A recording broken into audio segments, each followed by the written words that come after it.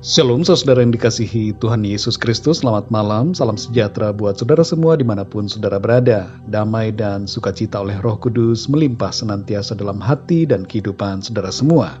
Sebelum kita mendengarkan renungan firman Tuhan, mari sama-sama kita siapkan hati dan berdoa.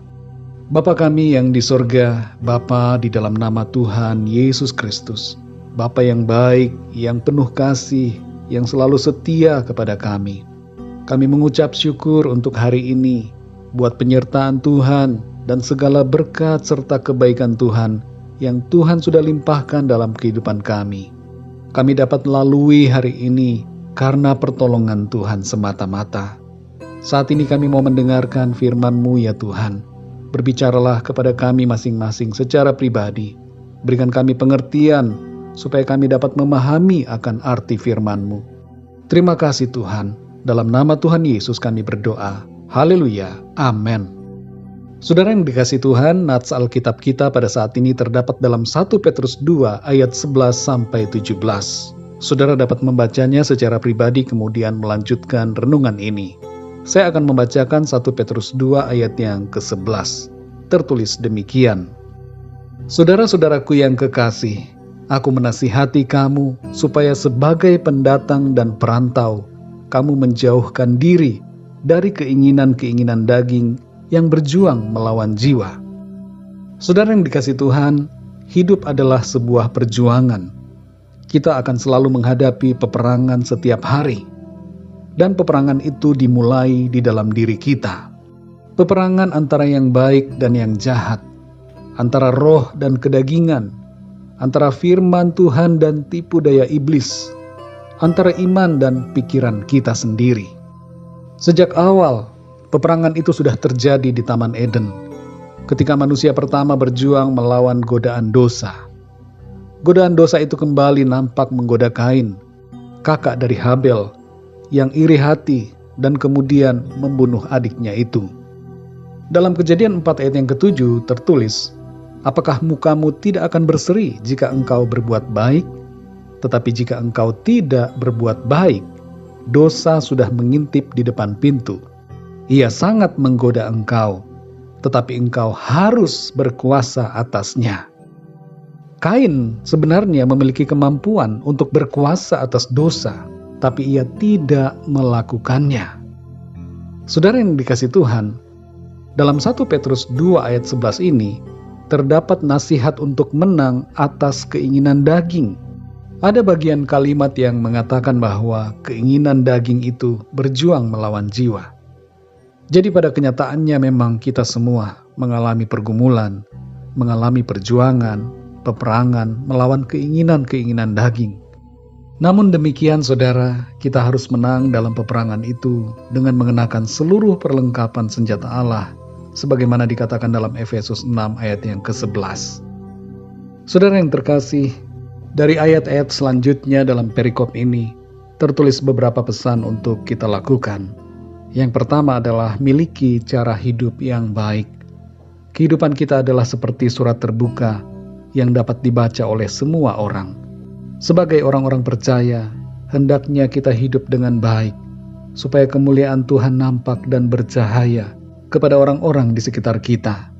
Jangan sampai kita menjadi buah bibir karena kejahatan dan berbagai perbuatan dosa yang tercela.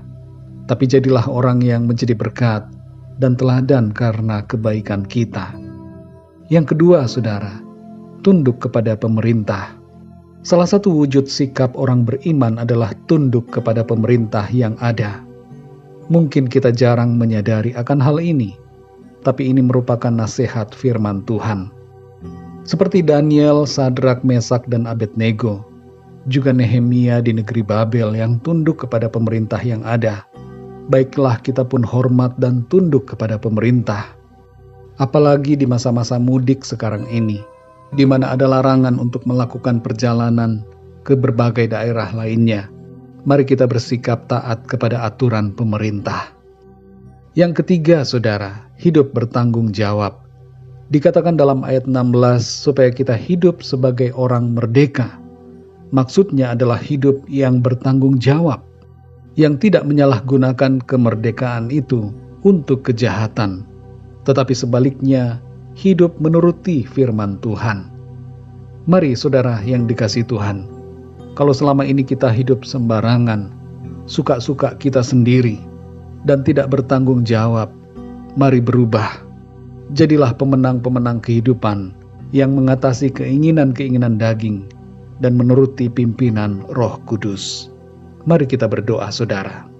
Bapa kami yang di sorga, Bapa di dalam nama Tuhan Yesus Kristus, kami mengucap syukur untuk firman-Mu yang sudah kami dengar pada saat ini, yang mengajarkan kepada kami, supaya kami hidup benar, hidup baik di hadapan-Mu, menjauhkan diri kami dari keinginan-keinginan daging, dan menuruti pimpinan Roh-Mu.